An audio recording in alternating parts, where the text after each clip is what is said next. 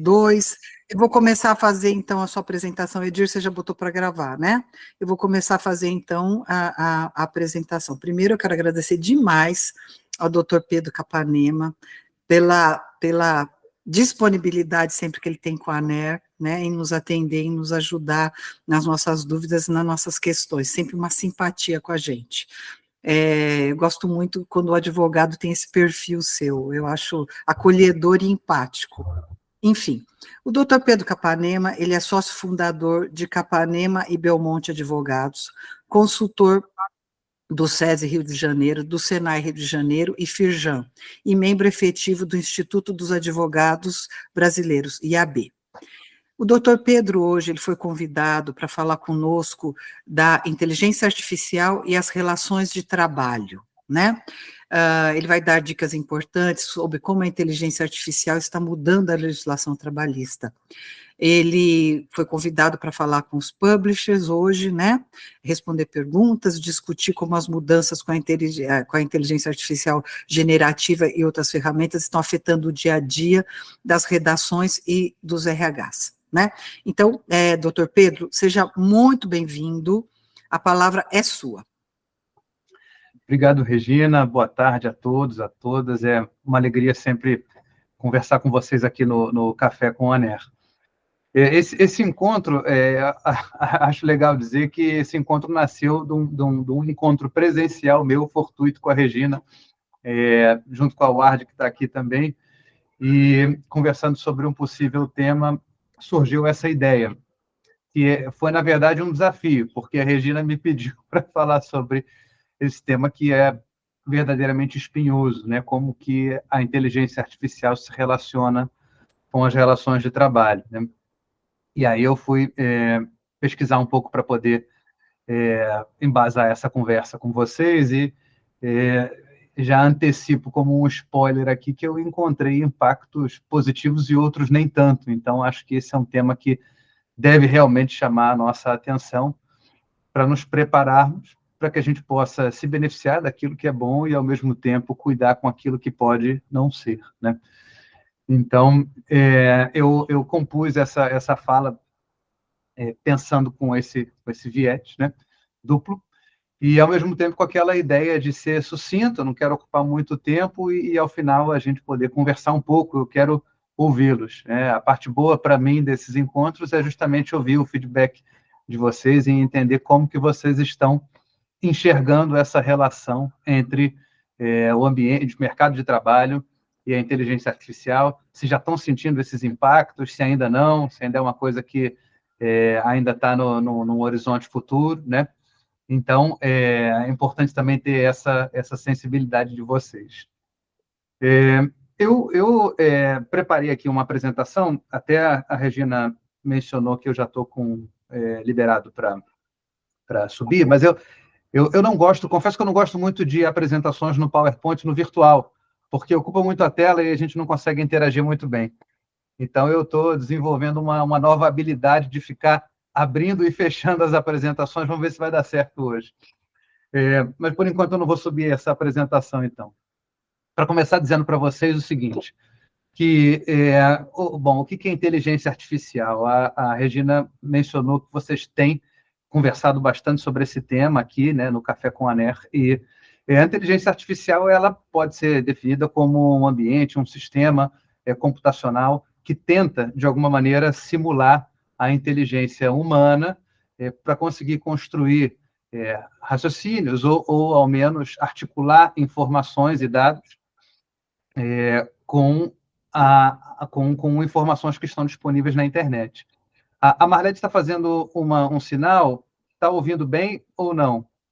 Só para entender. Todos me ouvem? Sim, ouvimos bem, mas acho que poderia ter uma... Então, eu acho que era um problema do áudio dela. Acho que ela vai entrar de novo. Então, a inteligência artificial tenta operar dessa maneira, simulando a inteligência orgânica, vamos chamar assim, humana, né? Mas a partir de que base de dados ela trabalha? E aí já vem um primeiro alerta, né? Ela trabalha com mineração de dados disponíveis na internet, ou seja, tudo aquilo que a gente coloca na internet, a princípio, pode ser alvo de mineração esse conceito de mineração, eu sempre me acostumei a ouvir ele com um significado muito mais físico do que sintético, né? Então, a mineração hoje em dia pode ser mineração de dados, né? A partir da qual vai se construindo uma base de informações que vai servir a esse sistema de inteligência artificial que vai construir formas, né, simulacros de raciocínio, né? Então, cuidado com tudo aquilo que a gente submete à rede, se é que a gente tem alguma preocupação com o uso disso, né? Isso é um primeiro ponto, né? Mas a gente tem, então, alguns... vou tentar aqui começar com um compartilhamento. Deixa eu ver aqui, janela. A gente tem, então, alguns ambientes de inteligência artificial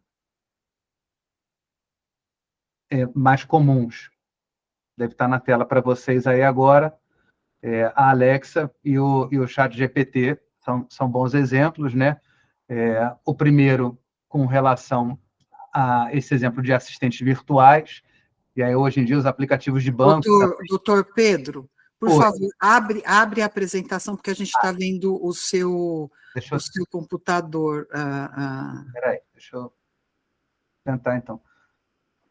Lá no cantinho da direita, embaixo, botar em tela inteira. Isso. Tela inteira. Foi agora? Não. Ainda não. Deixa eu tentar subir. Bem à direita, tela inteira. Espera aí.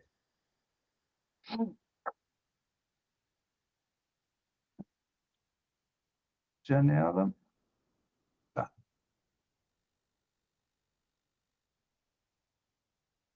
Vamos ver agora. Agora sim. Opa. Faltou um pouco de inteligência artificial aqui para me ajudar, mas vamos lá. Então, a gente tem alguns... Eu trouxe aí só 2 exemplos para dar um colorido, né? Primeiro, de assistentes virtuais, no caso a Alexa, né? Que é a inteligência artificial usada para facilitar o cotidiano, né? E depois a inteligência artificial que gera conteúdo, né? E aí o grande exemplo é o ChatGPT, que pessoalmente eu tenho usado bastante como um auxiliar para pesquisas e tem se mostrado muito eficaz aí no meu dia a dia, né? Inclusive para deixa eu tentar passar aqui agora. Vamos ver se eu vou conseguir. Deixa eu ocultar a tela. Inclusive, para fazer essa apresentação, eu perguntei para o ChatGPT quais são os impactos da inteligência artificial nas relações de trabalho. Ele já me respondeu. Então, na realidade, hoje o ChatGPT pode até me substituir, bastando que vocês leiam esse slide aí. Mas, por enquanto, eu peço que a gente dê uma chance para a inteligência orgânica e deixe um pouquinho de lado a inteligência artificial. Mas ela já traz um primeiro insight, né? Como eu falei no começo, desses impactos que podem ser positivos e negativos, né? E o próprio ChatGPT já nos diz isso, né? O que teria de negativo seria um aumento da automação, que pode resultar em redução de empregos em algumas áreas, né? E o outro lado, que seria o lado positivo, o impacto positivo da inteligência artificial, seria a criação de novas oportunidades de emprego, especialmente na área de sistemas, de análise de dados, justamente para dar apoio, para interagir com os sistemas de inteligência artificial. Então, basicamente, é essa a resposta que o próprio ChatGPT nos dá com relação a essa possibilidade, a esses impactos, os possíveis impactos da inteligência artificial nas relações de trabalho. Mas não é só o ChatGPT que diz isso, então, em diversos fóruns e ambientes, a previsão é que vai haver impacto, então, nós podemos, sim, contar com isso como certo, e a grande questão é se o impacto positivo vai superar o impacto negativo, né? Nessa tela, então, que eu trouxe, a gente tem alguns exemplos de possíveis impactos negativos para o mercado de trabalho. O principal deles, a perda de empregos levada pela automação. E isso pode acontecer majoritariamente nas áreas nos segmentos aonde você tenha atividades muito repetitivas, tá? Então, talvez aqui, tentando pensar em exemplos, a tradução, a revisão de conteúdo, ou mesmo até a elaboração de atividades mais simples, de conteúdos mais simples, pode, em algum momento, ter um impacto grande pela inteligência artificial, né? E esse impacto pode provocar também, ou resultar, ou melhor dizendo, aumentar a desigualdade entre habilidades, né? Porque a inteligência artificial vai favorecer habilidades cognitivas mais complexas no mercado de trabalho e, com isso, ela acaba ocupando o espaço de atividades mais simples, né? E, por último, né, um terceiro impacto que a gente pode identificar como possível é um impacto geral que ultrapassa o mercado de trabalho, né, e se revela na sociedade como um todo, por conta dos desafios resultantes já dessa diminuição possível de empregos, né?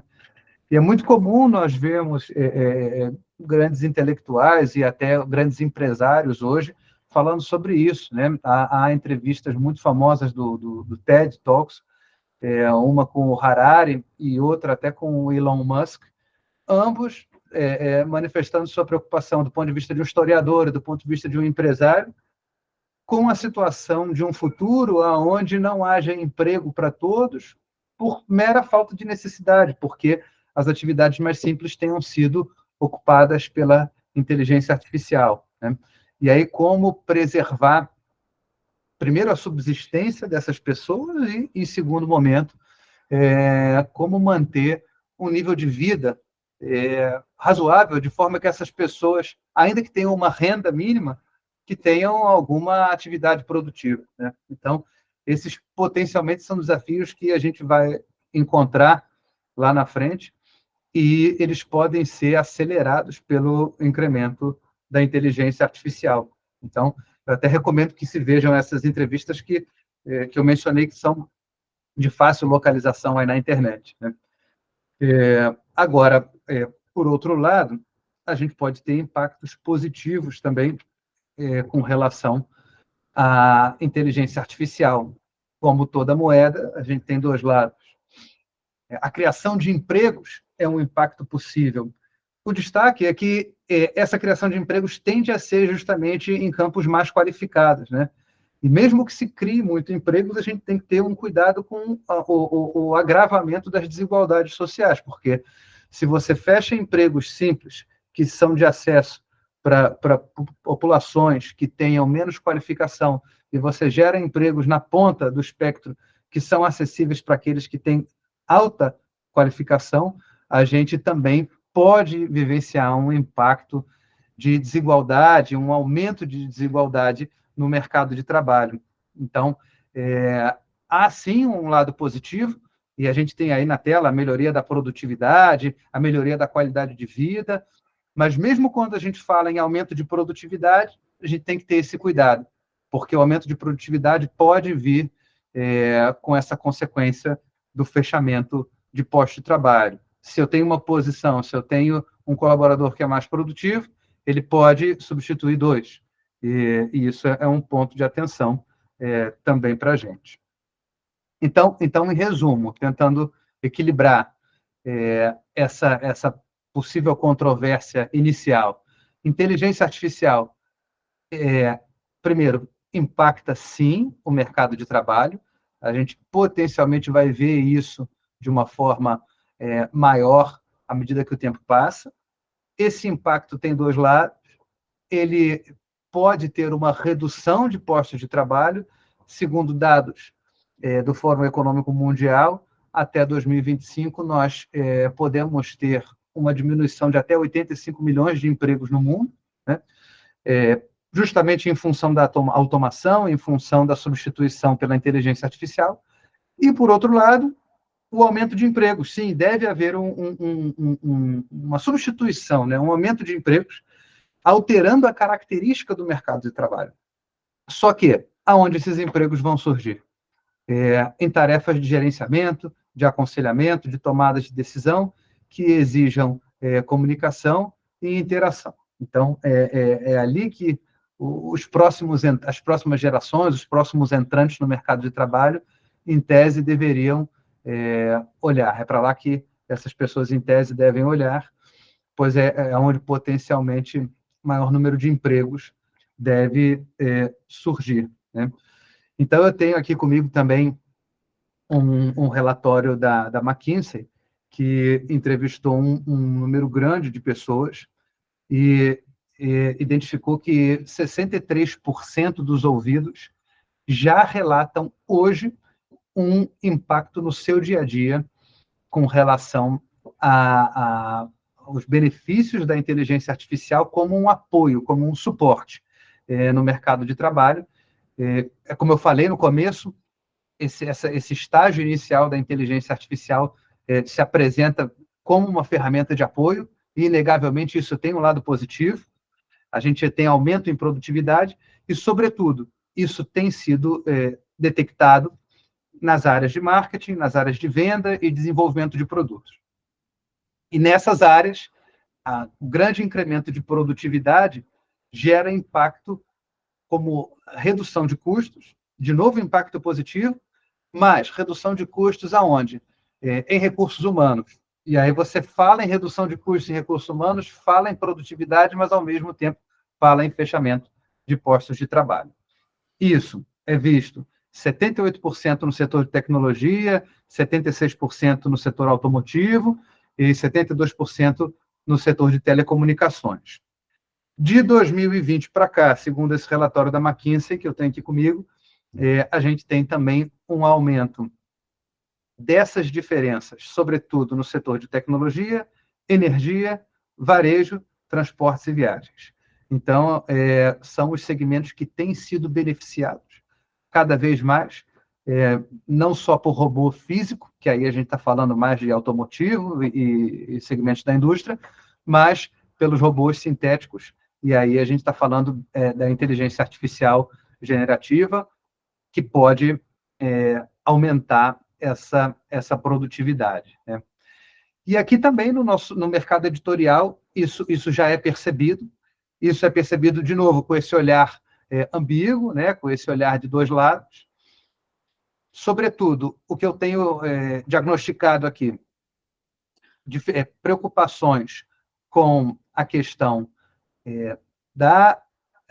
dos direitos autorais, com relação ao mau uso de conteúdos, com relação à mineração indevida de conteúdos protegidos por direitos autorais, sob um viés negativo, e sob um viés positivo, de novo, eu tenho percebido o bom uso das ferramentas de inteligência artificial como facilitadores do ponto de vista de produtividade. Então, aqui, no mercado editorial, o principal que eu tenho visto são esses dois lados também.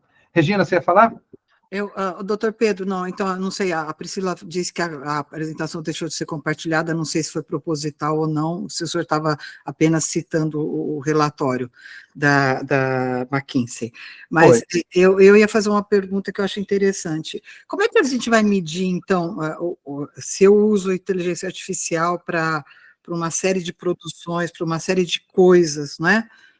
Como é que eu vou medir meu esforço em termos intelectual, de trabalho, quando, inclusive, for reivindicar um aumento salarial, ou quando eu receber uma proposta de trabalho, e essa proposta de trabalho, automaticamente, ela venha junto com, olha, tudo bem, mas você vai usar inteligência artificial, então, como é que funciona isso? Como é que o senhor aconselha as pessoas a usarem, como é que tem que ser a cabeça das pessoas para isso? Porque, na verdade, assim, eu vou estar sendo desvalorizado no meu trabalho, ou eu sempre vou estar com um acompanhante, que no caso é a inteligência artificial, né? Enfim, porque antes, né, eu acho que as pessoas sempre se acostumaram muito com eu vou usar a minha inteligência. Logo em seguida, você começou a ter os computadores, a internet, o isso, aquilo, e você vai sempre usando todas essas ferramentas no seu dia a dia, na composição do teu trabalho.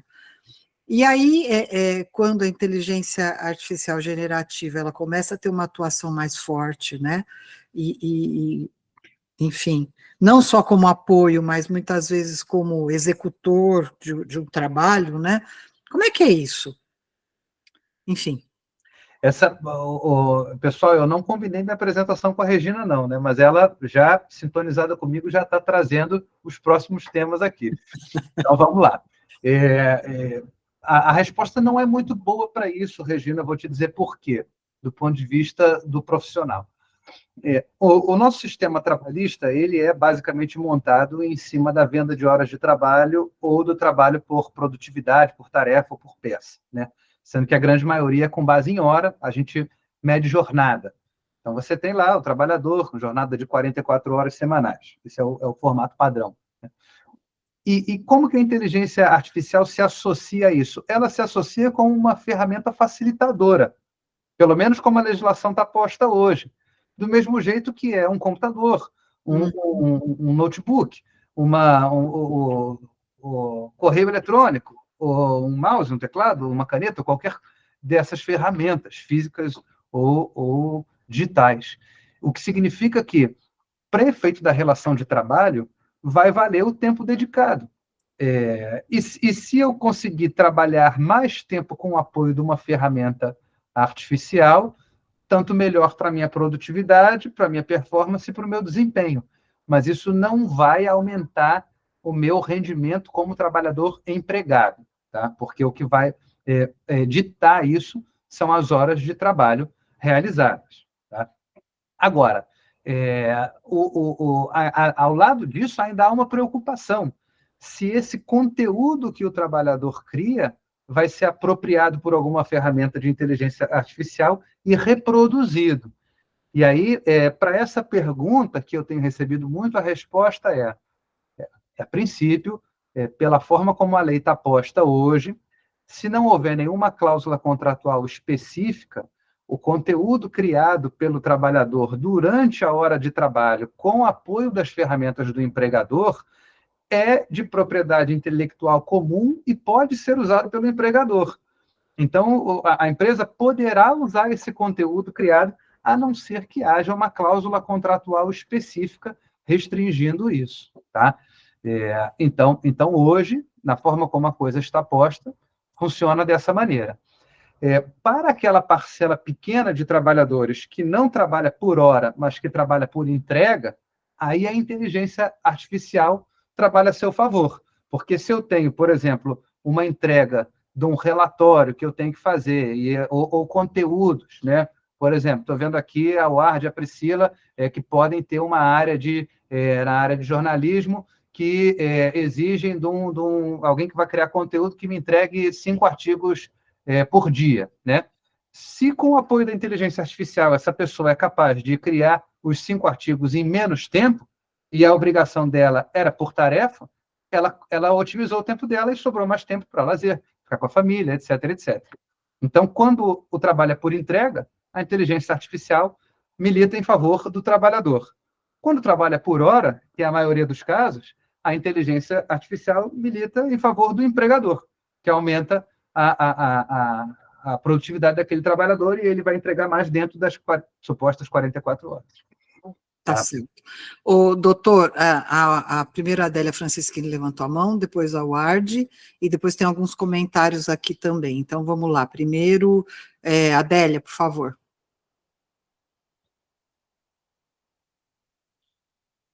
Adélia?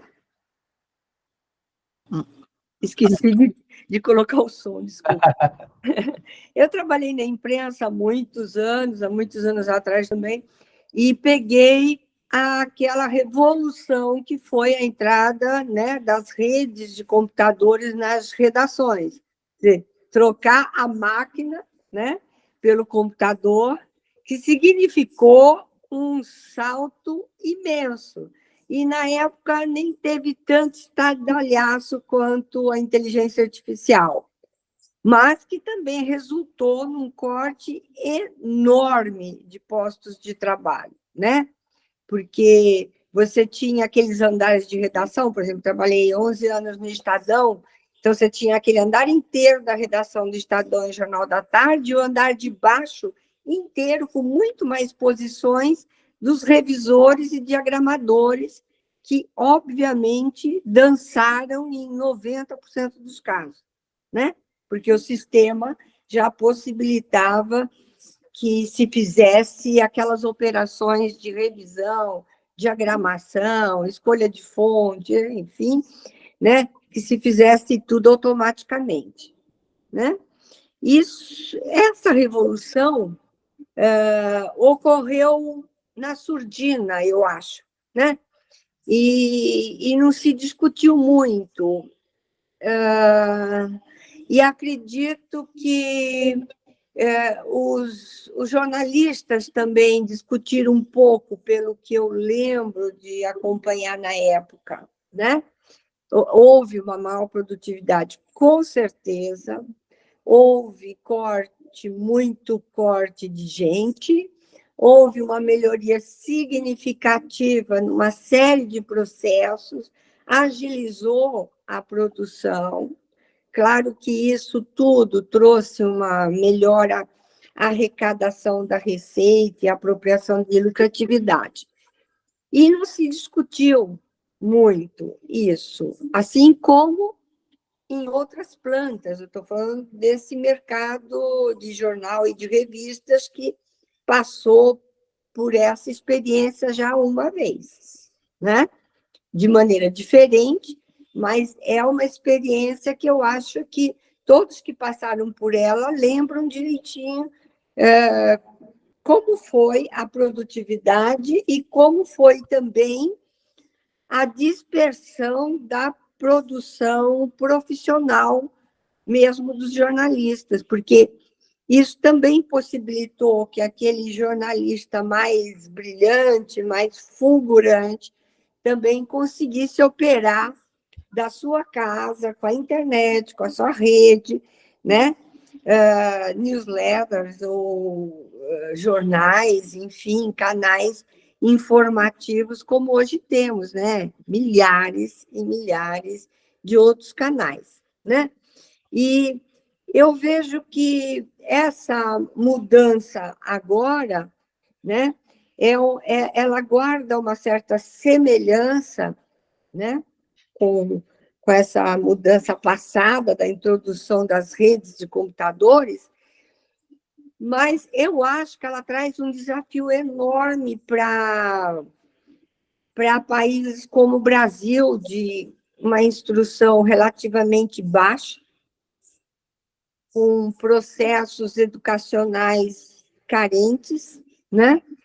Porque às vezes que eu vi as pessoas tentando se habilitar a usar, né, a inteligência artificial, você também precisa ter uma capacidade cognitiva e uma capacidade de expressão, né, bem correta e bem profunda para poder tirar o melhor da inteligência artificial, né?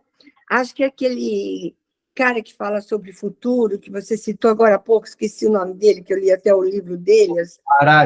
Harari, ele fala isso no livro dele, né? Quer dizer, as pessoas que usarão isso não são necessariamente as pessoas que estão postadas aqui e agora, né? Nas diversas posições, né? Eu mesmo, no meu escritório, tenho pouquíssimas pessoas, tenho 2 pessoas que usam bem, né? E outras 20 que tentam usar e não tira nada. Porque esse garimpo, ele requer um conhecimento científico, um conhecimento da língua, um conhecimento morfológico, um conhecimento da sintaxe, um conhecimento da estrutura da árvore, né? De uma maneira que você consiga garimpar.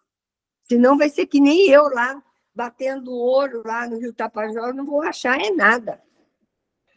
Ô, Adélia, é interessante essa tua contribuição. Vamos lá, por algumas razões. Primeiro é o seguinte, de fato, isso é um caminho aonde a gente vai ter algumas atividades, algumas tarefas que vão acabar perdendo relevância, né? Essa perda de relevância, né?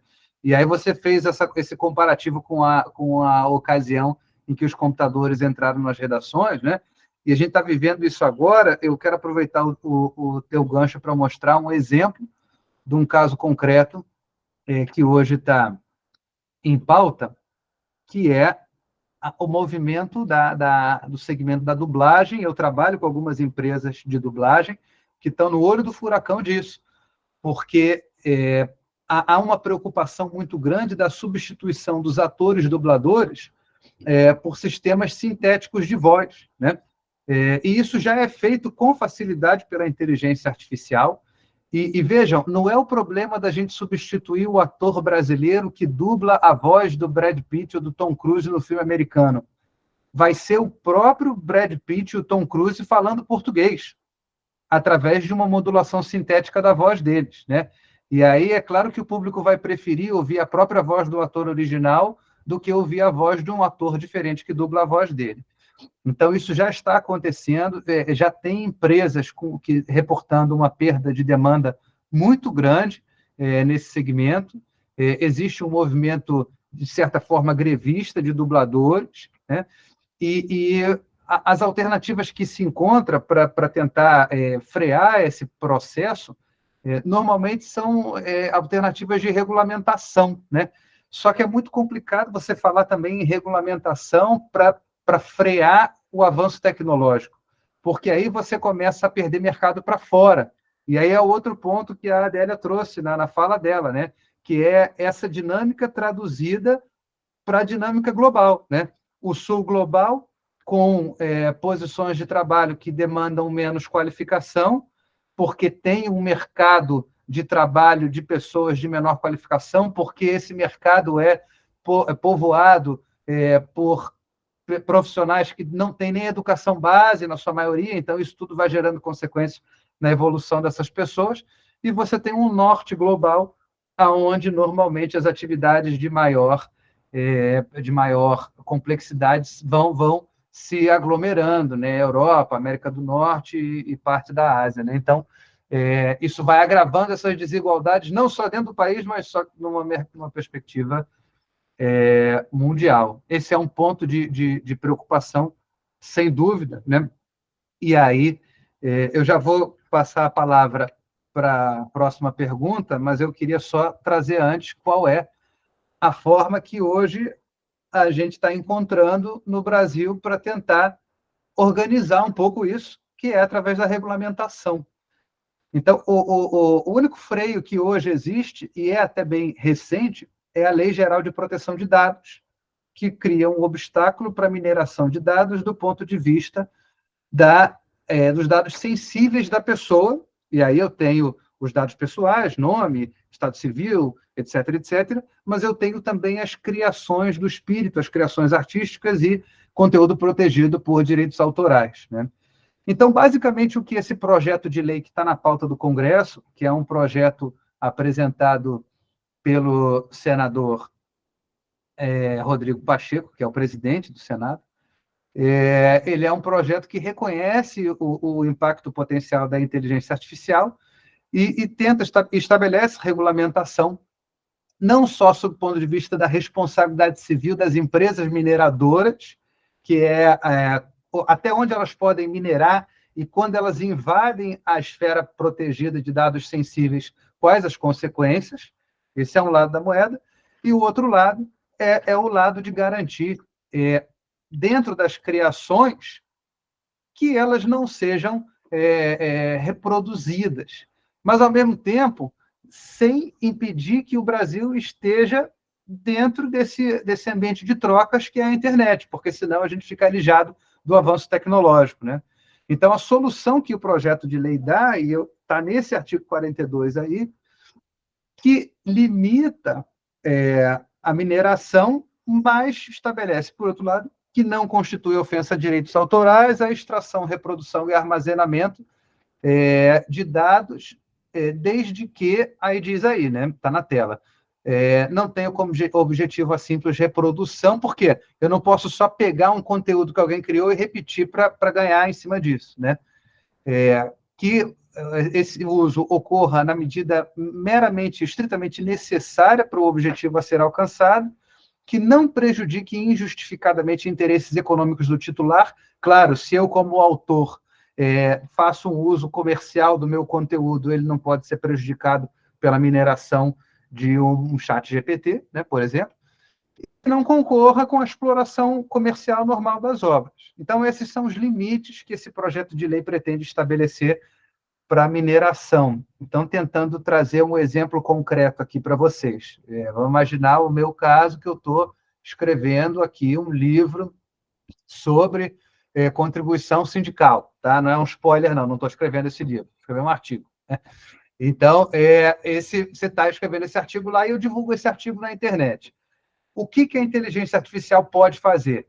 Ela pode usar o meu artigo, minerar dados dele, para poder divulgar. Caso alguém faça uma pergunta, vamos imaginar que a Márcia perguntou para o chat GPT: quantos advogados entendem que a contribuição sindical deve ser obrigatória? Aí ele vai minerar vários artigos e vai dizer: olha, a grande maioria dos advogados trabalhistas no Brasil entende que a contribuição sindical deve ser facultativa, conforme disse Pedro Capanema, etc., etc. Isso é o que o chat GPT pode fazer. O que ele não pode fazer? Pegar o meu artigo e usar ele comercialmente, ou violar um direito autoral e pegar um trecho dele e inserir dentro de uma outra obra. Então, a princípio, essa é a forma como se deve regulamentar e como esse projeto de lei que está aí na tela está tentando solucionar esse imbróglio. Como eu falei, é um projeto de lei ainda, o que significa que ele está tramitando no Congresso e que ele ainda deve enfim, passar por comissões, vai voltar para a Câmara, porque ele foi originário do Senado, e tudo isso aí leva tempo, né? Então ele ainda não está vigente. Bom, tinha mais perguntas aí, acho que da Ward. Ward, por favor. Boa tarde, gente. Obrigada, Pedro. Excelente aí o assunto. A minha pergunta você respondeu um pouco já. Era referente à questão dessa mineração aí de conteúdo jornalístico produzido, né? Porque no fim do dia é o que a gente estava falando, a inteligência artificial, ela vai minerar dentro de dados produzidos intelectualmente por uma inteligência orgânica, você falou, né? Eu gostei, uma inteligência orgânica, uma inteligência física, né? Eu desconhecia esse projeto de lei que você colocou aí, e esse artigo 42 que você colocou é basicamente o artigo 46 da Lei de Direitos Autorais, que é o que coloca lá as exceções de direitos autorais. Então, basicamente está juntando ali, aparentemente, né, as exceções ali. Mas, de verdade, eu não acho que sirva, não, porque, de alguma maneira, isso era uma discussão que a gente teve até aqui dentro, e eu até estou colocando aqui para todo mundo. Deveria haver um ECAD, para quem é jornalista e produz conteúdo e coloca esse conteúdo, porque você não vai conseguir identificar, entendeu? Você coloca ali, óbvio, ele vai buscar, como você falou, ele vai buscar, uma coisa é você buscar uma referência, né? Tudo bem, você produz a gente faz isso, né? Você produz uma peça jurídica, você vou fazer referência ao que o Pedro falou, vou fazer uma referência ao que a Priscila falou, ao que a Regina falou, mas eu vou criar, né? A outra coisa é vir uma peça pronta para mim, com trechos do que um e outro falou, mas que, essencialmente, só os outros falaram, ninguém criou, entendeu? Eu acho que as pessoas, no futuro, deveria haver uma forma das pessoas que produziram efetivamente serem remuneradas de alguma maneira, mas não sei se isso é possível também, né? Eu acho que é algo complexo, mas que eu acho que ainda vai gerar muita discussão. Eu acho que tem um problema social, sim, dessa questão muito bem colocada aí, do fechamento de postos, de postos mais simples de trabalho, que no fim do dia são das pessoas que mais precisam, né? De repente, a abertura de postos mais qualificados, que para nós é um problema, porque a gente está num país que tem essa desigualdade, de repente essa desigualdade vai ficar maior. Mas posto aqui para nós, como editores de revista, né, aqui dentro, editores de conteúdo hoje, né, não de revista, como editores de conteúdo, eu acho que fica restrito a nossa relação com os nossos produtores de conteúdo, né? Então, dentro dessa relação, eu acho que hoje a gente tem essa cessão desse conteúdo para nós, então, acho que nós não temos um problema, quer dizer, eles podem usar essa ferramenta porque é uma ferramenta de trabalho, né, dentro do que a gente conversou aqui, ou deverá ser, né, uma ferramenta de trabalho para produção. Então, dentro desse tempo de trabalho que ele tem, ou dentro da produção que ele tem que me entregar, ele pode usar essa ferramenta de trabalho. Eu tenho a sessão dessa produção para mim, então eu poderia usar depois para fazer um compilado disso, ou um novo trabalho disso, ou uma renovação disso, eu poderia. Agora, o que me preocupa é o que é feito a partir de um trabalho, do que foi garimpado fora do que é meu, né? Quer dizer, isso passa a compor um acervo meu, garimpado fora do que é meu, até que isso seja regulamentado efetivamente, né? Como é que fica o futuro desse conteúdo que hoje está sendo produzido aqui, né? A gente vai ter um período aí de incerteza do que vai ficar nesse acervo, né? Eu concordo integralmente contigo, Ward, no ponto de que, primeiro, o projeto de lei ele é insuficiente para proteger... Mas está começando também, né? Tem que partir de algum lugar, eu acho, né? E ficou bem claro, eu também tive essa sensação quando eu li, que foi uma espécie de uma apropriação do que a lei já fazia, né? E eu vejo esse projeto de lei como um ponto de partida, né? Lamentavelmente, como tudo que diz respeito à regulamentação de avanço tecnológico, a lei ela vem a reboque do mundo real, né? Então, a realidade atropela e aí a gente vai tentando construir a legislação para tentar encaixar a realidade dentro da... E vão aparecendo, né, os problemas, essa que é a verdade, né? Os problemas vão aparecendo conforme a gente vai aplicando, coisas que nem se imagina, mas tem outras que estão aí, né? Que são que até já estão aparecendo em outros lugares do mundo, né? Que já está tendo um uso maior, né? E o mais preocupante é que se a legislação está nesse nível, vamos dizer assim, alguns passos atrás da realidade, a jurisprudência que trabalha com a legislação, ela está mais passos atrás ainda, né? Então, assim, é muito difícil prever hoje como que a justiça vai enfrentar esses conflitos que já estão acontecendo lá na frente, quando isso chegar nas barras do judiciário. Agora, o que dá para estimar, assim, de análise é que, a inteligência artificial ela não é sujeito de direitos. Então, por mais que a gente possa chamá-la de inteligência, ela articula conteúdos, mas o que é gerado pela inteligência artificial não é protegido, né? Então, isso é um ponto. Então, a proteção ela vai sempre se dar em favor do proprietário originário do titular, melhor dizendo, originário do conteúdo, que pode ser um criador, pessoa física, ou pode ser uma empresa que é a editora desse conteúdo para quem esse criador trabalha, né? Então, essa eu entendo que deva ser a perspectiva tanto da lei, caso ela venha a ser aprovada, como da jurisprudência, ou seja, a proteção é para quem é o titular do conteúdo. Agora, a dificuldade vai ser aonde é mineração para uso lícito e aonde é malversação, má apropriação de conteúdo protegido. Traçar uma linha aí e conseguir entender claramente aonde uma coisa vira outra vai ser o desafio que a gente vai ver. E o que é referência, né? É isso. Que já era... Já acontece hoje, né? A gente não tem isso hoje, Sim. né? Essa linha sempre foi tênue, né? É isso, Márcia, é isso. E agora interpretar isso com as lentes da inteligência artificial, com a nova forma de uso desse conteúdo, né? A nova forma de uso desse conteúdo. E aí eu trouxe aqui, rapidamente, só para fechar essa etapa inicial, como que a gente falou como que o judiciário está usando a inteligência artificial, que ainda não é na criação propriamente de jurisprudência, né, no julgamento de casos, mas mas, enfim, de uma forma muito simplória ainda, né, muito singela, né?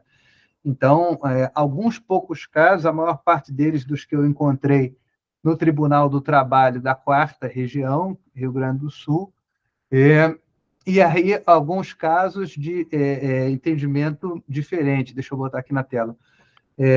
Num deles, aonde, em prejuízo da empresa, o juiz não concordou com a quebra do sigilo de geolocalização através de uma ferramenta de inteligência artificial para comprovar a jornada, porque a empresa, de uma forma até muito diligente, tinha usado uma ferramenta de inteligência artificial para apurar a geolocalização do trabalhador para provar a jornada, e o juiz afastou essa ferramenta como meio de prova.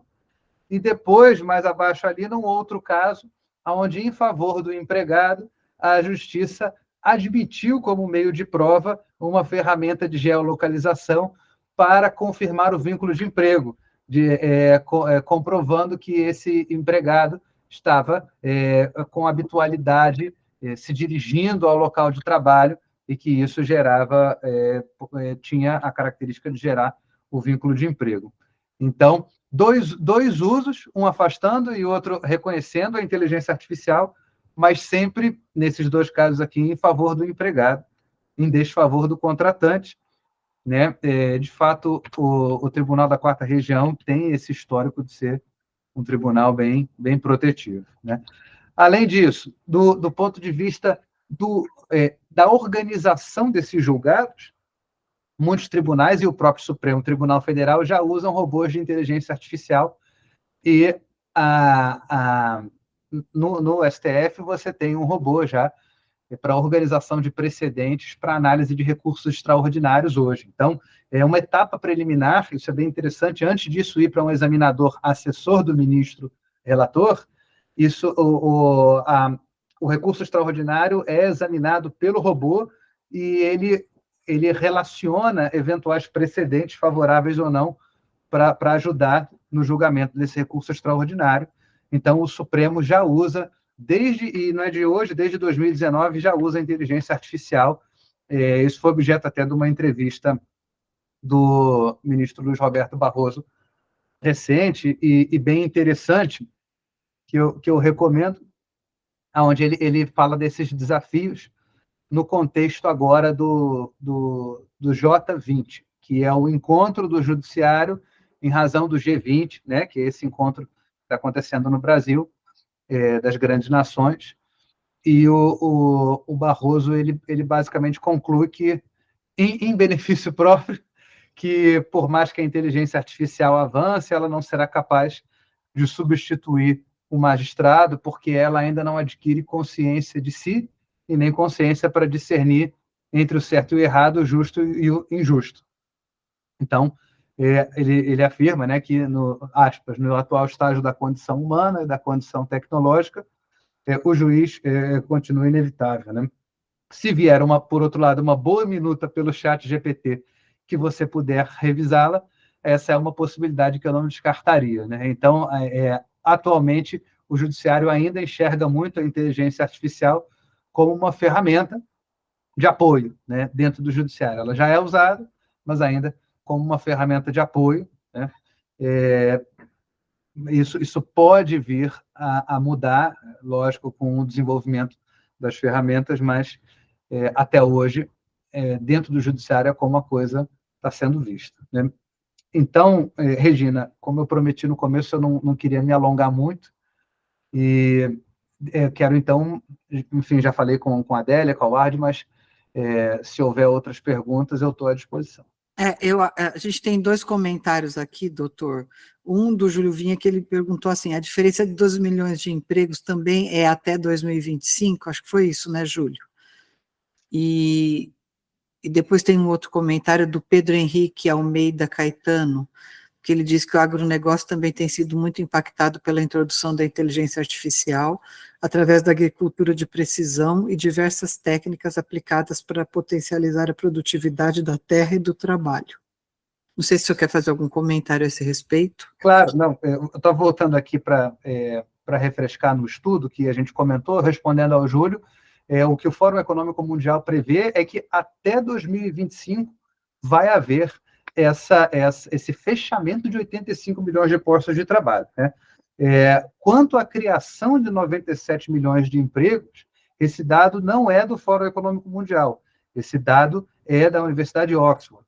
Então, são dois estudos, um que advoga pelo risco, né, do fechamento de postos até 2025, e outro que é mais antigo um pouco, esse é de 2017, esse da Universidade de Oxford, que fala do viés positivo, da geração de empregos, mas ela é uma geração potencial e com a ressalva de que ela é focada na área de tecnologia, né, que é um pouco do que a gente discutiu aqui no meio da conversa, né?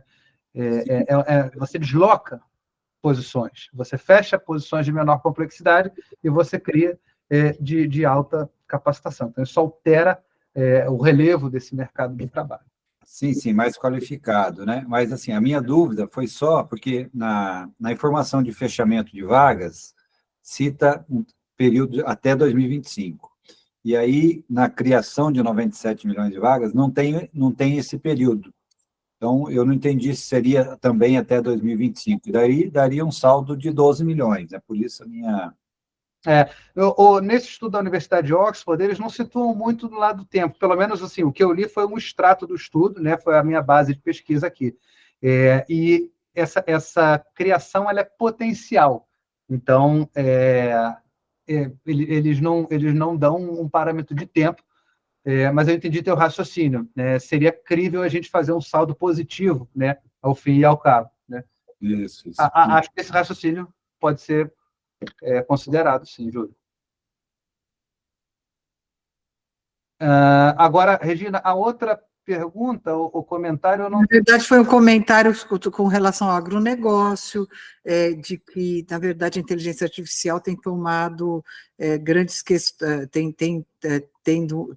o agronegócio também tem sido impactado pela introdução da inteligência artificial, agricultura de precisão, diversas técnicas aplicadas para potencializar a produtividade da terra e do trabalho. Sim, de fato, eu me deparei com esse dado aqui, montando aqui a nossa apresentação. Acabei passando um pouco ao largo dele para tentar focar um pouco mais aqui na área tutorial, mas é por aí mesmo. O impacto é transversal. Certo. Adélia, você levantou a mão de novo? Seu microfone, Adélia.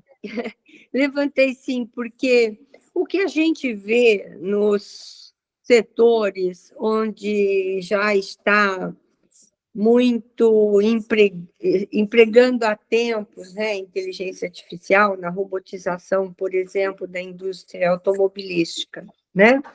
Por exemplo, ou mesmo nesse grande maquinário do agronegócio, são máquinas incríveis, de mais de 100 metros de frente, comandadas à distância, né? Realmente são grandes operações completamente novas, né?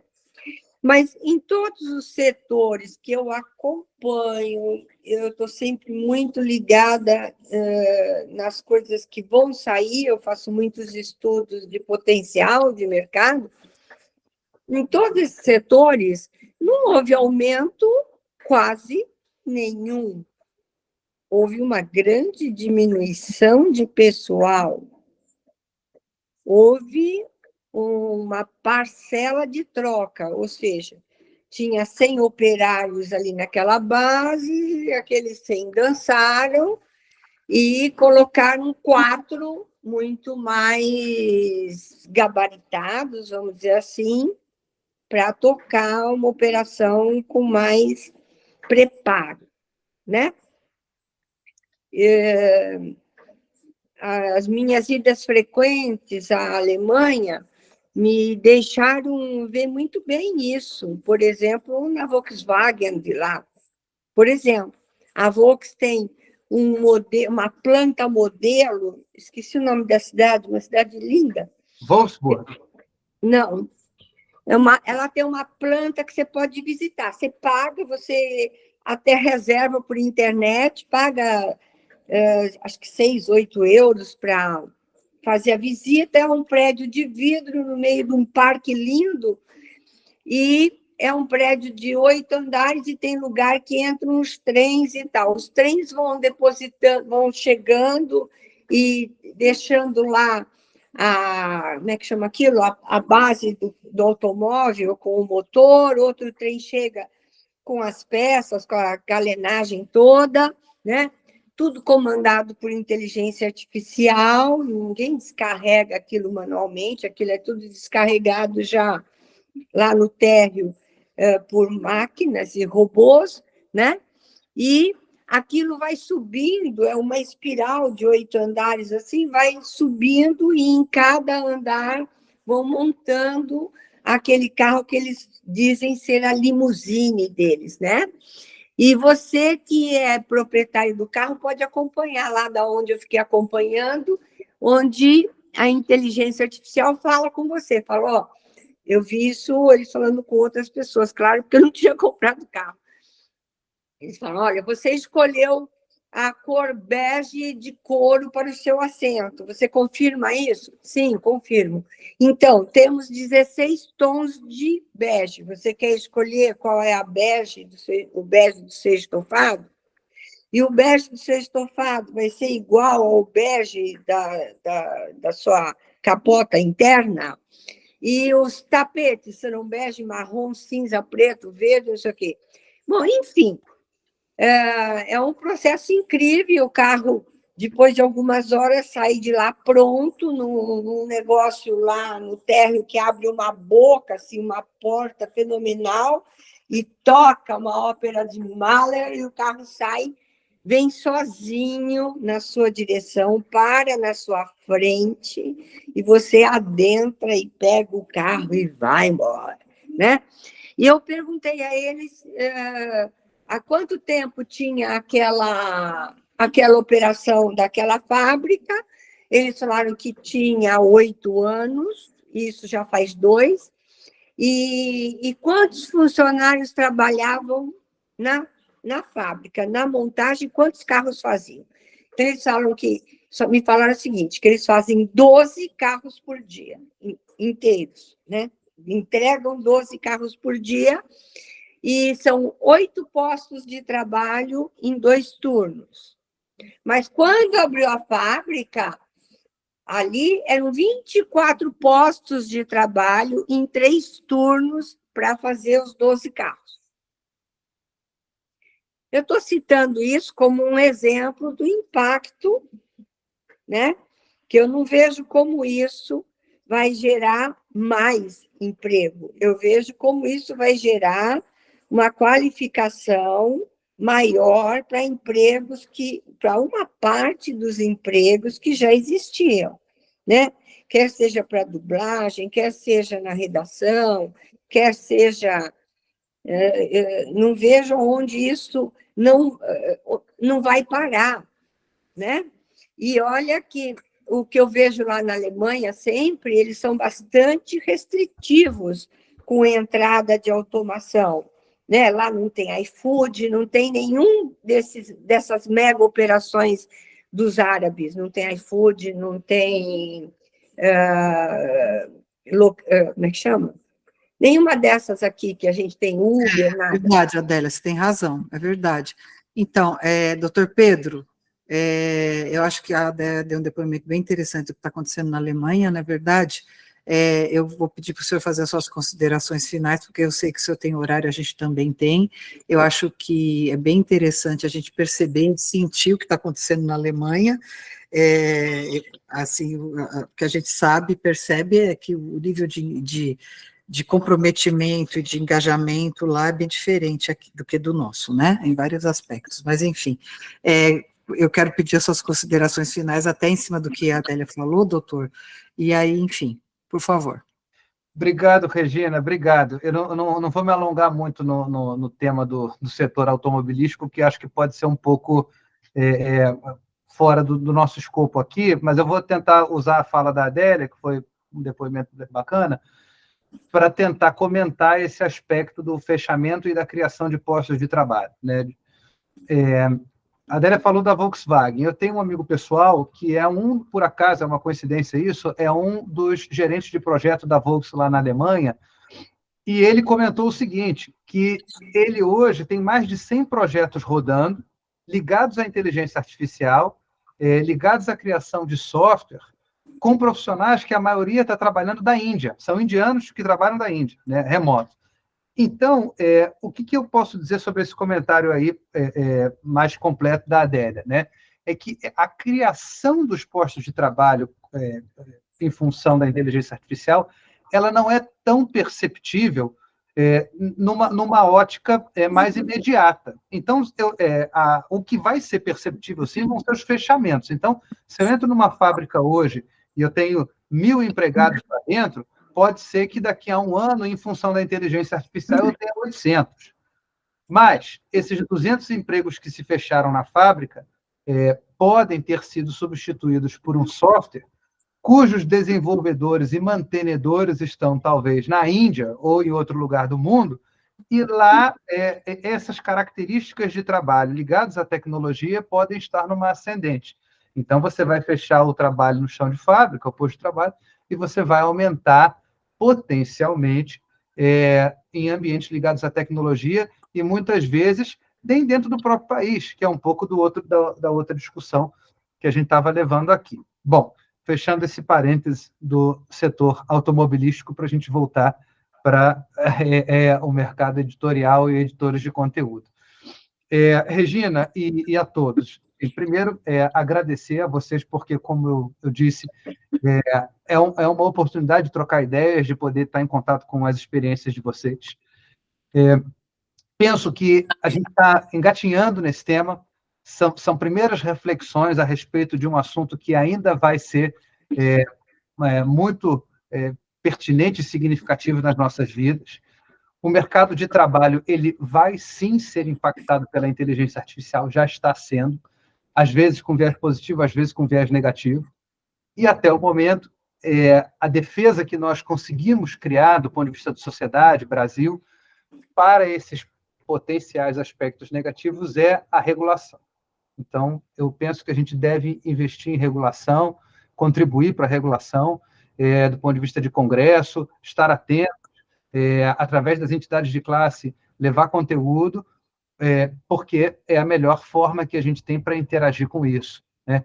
E tentar transformar esse limão numa limonada, tentar transformar, reduzir aspectos negativos e favorecer o que ela tem de bom, que inegavelmente tem, que é a tecnologia, que é a facilitação das tarefas repetitivas, é o uso da inteligência artificial como ferramenta, que vai aumentar certamente a nossa produtividade. Regina, obrigado mais uma vez, e eu fico à disposição para outros papos como esse. Tá certo. Uma pergunta bem rápida. Eu, particularmente, estou fazendo um material aqui para a NER, eu sou da comunicação da NER, né, doutor Pedro, não sei se você me conhece. E estou fazendo um material para a NER porque surgiu uma pergunta, assim, numa dessas nossas Café com a NER, em relação à legislação, se existe alguma legislação já que esteja sendo criada na área trabalhista, na área de utilização de conteúdo, que possa ser usada como uma referência para a gente ter ideia de como que isso vai se desenhar. Em algum outro país, como na União Europeia ou nos Estados Unidos, já existe algum desenho sobre essa legislação ou não? Vamos lá, tem sim. A gente tem, no sistema americano, a gente tem pouca legislação, como os americanos chamam os acts, mas a gente tem diretivas, tá? Então, é como se a gente tivesse atos, né, de entidades que servem de alguma maneira para parametrizar. Então, no sistema americano, você tem essas diretivas já criadas, né? No direito brasileiro, a principal legislação que hoje direciona temas ligados à inteligência artificial é a LGPD, é a Lei Geral de Proteção de Dados, porque ela protege conteúdo, protege dados sensíveis, ela exige anonimização quando da divulgação. Então, Hoje a nossa referência é a LGPD, referência existente, válida, né? E o que se tem com vistas a futuro é o projeto que eu mencionei na apresentação, que, aliás, eu já antecipo que eu vou deixar contigo, Márcia, e com a Regina, que pode ser disponibilizada, tá? Então, é esse PL 2338, que, reforço, é um projeto ainda. Então, ele está tramitando, ele certamente sofrerá emendas, ainda vai levar algum tempo para virar lei, e ele é como se fosse um embrião de uma nova regulamentação. Então, resumindo, hoje tem a LGPD e tem essa expectativa desse PL 2338. Tá ótimo. Muito obrigada. Muito obrigada. Tá certo. Então, eu agradeço demais ao doutor Pedro Capanema, tenho certeza que vou chamar ele outras vezes aqui, porque é sempre esclarecedor, e como eu disse, a sua forma de se colocar é absolutamente empática, e a sua linguagem não é aquela linguagem do advoguês, né, e assim, eu acho ótimo isso. Enfim, então eu quero lhe agradecer demais, doutor Pedro, e se prepara para o próximo convite. Tá bom? Obrigada em nome da ANER. Obrigada em nome da Comissão Jurídica, presidida pela Priscila Félix, da Editora Globo. Muito obrigada, doutor Pedro. Obrigado a todos mais uma vez. Prazer revê-los e contem comigo. Tá bom. Obrigada a todos. Um abraço.